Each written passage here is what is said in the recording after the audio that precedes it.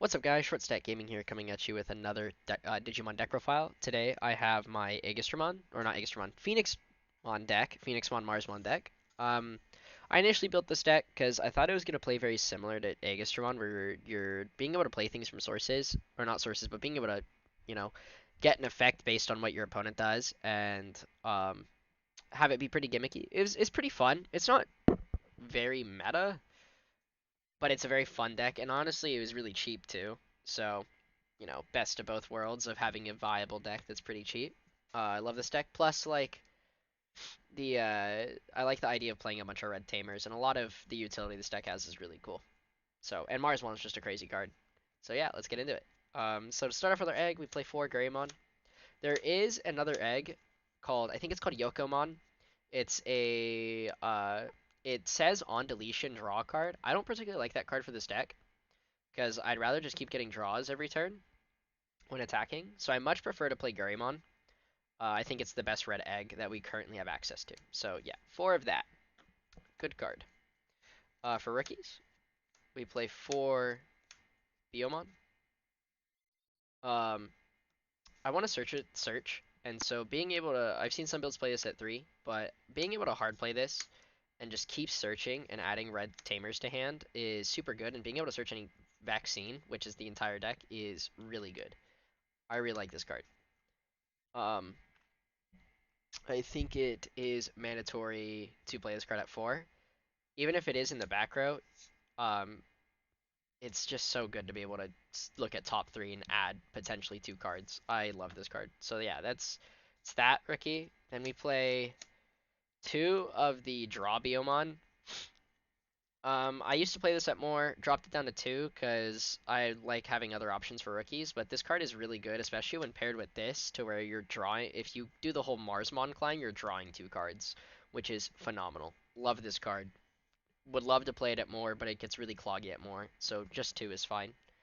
Then we play 3 Bearmon. This is good for making sure that your Marsmon stack just gets really massive.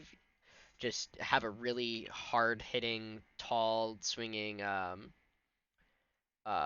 Digimon, and so being able to just get over anything in security, or even just get over anything that's massive on your opponent's field, I think this, like, having just this as an option is really good. I don't think 4 is necessary. I think 3 is perfect, especially if you're having to pick between this card and this card. I'd rather just play this at 3, because sometimes you want to save this for the later game when you're actually able to get to your pieces, because this deck is very piece reliant. So, and then the last one is 2 Solarmon. Can't reduce play costs. Uh, Really good against some matchups. It's just an overall good floodgate. And that's it for the rookies. Now moving on to level 4s. We play 3 Bergermon. I used to play this at 4. Um, I've now cut it down to 3 to make room for hybrids. I think this card's really good as a blocker, but I don't think it's necessary at all to play at 4. Um, it hasn't really. I'd rather play this at 4 because the raid mechanic is super good, and being able to have this be underneath your Grappleomon or your Marsmon is just way better than having Bertramon underneath. Bertramon's only good if you're wanting to get it deleted to be able to play Tamer for free, which is why you drop it down to 3. And then for hybrids, we play 2 Agunimon. I've seen some builds play Burning Greymon. I'm fine with just playing the Agunimon.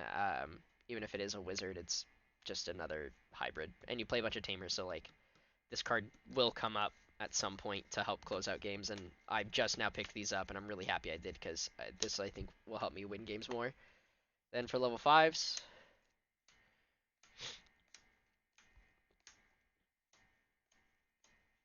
we play 3 Grappleomon, 3 Garudamon, 2 Rise Greymon, and then 2 Rise Greymon X Antibody.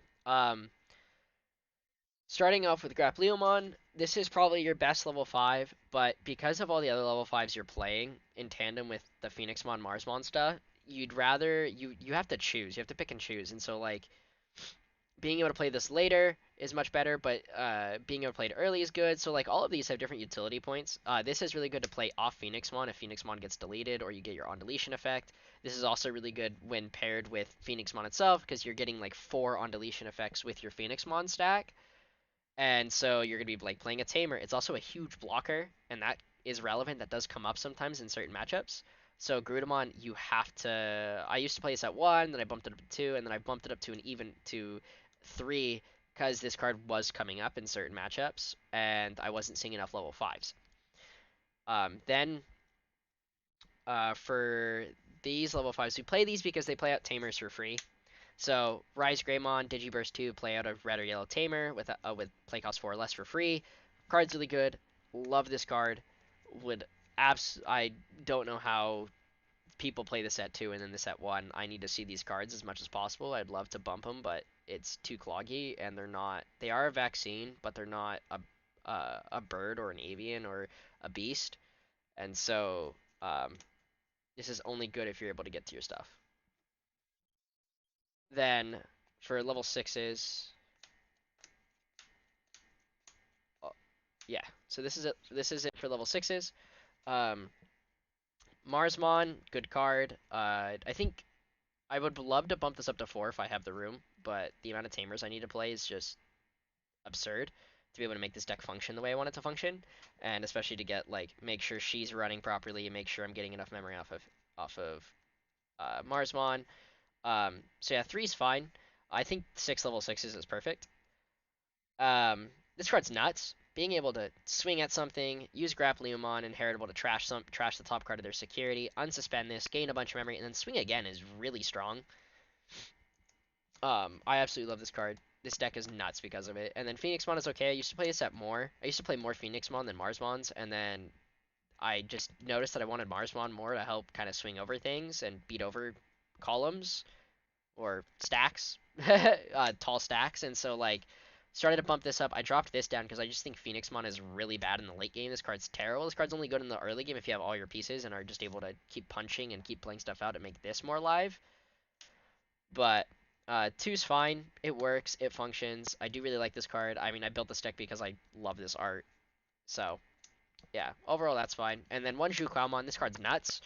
This card is if your opponent goes wide, you just go you just blow up their whole board, blow up the whole board, get security attack like plus 5, and um then you gain a bunch of memory back, so you know you're able to just make this a 13k swing that also eats your opponent's entire security if they go too wide.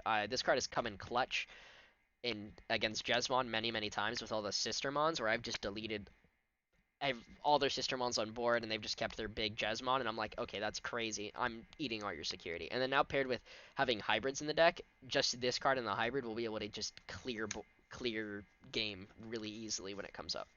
Love this card. Off to Tamers. We play 4 Accio, 2 Tai and Carry, 2 Hero, and 1 Yole. This is, I think, the perfect ratio of Tamers. I think the only one that you could probably cut down on is Hero, but I want to see this card because it's a memory setter. It's the only memory setter the deck has. And then Accio is a Searcher, which pairs really well with the rookie Biomon, because then you can search this, search again, and so you just get play out a bunch of Tamers and search. Tai and Carry, paired with Hero, allows you to go to 5 memory a turn if both your opponent are low enough in security, and plus it gives one of your red or yellow Digimon. If you have red or yellow, you can make all your opponent's security Digimon minus 2k, which does come up.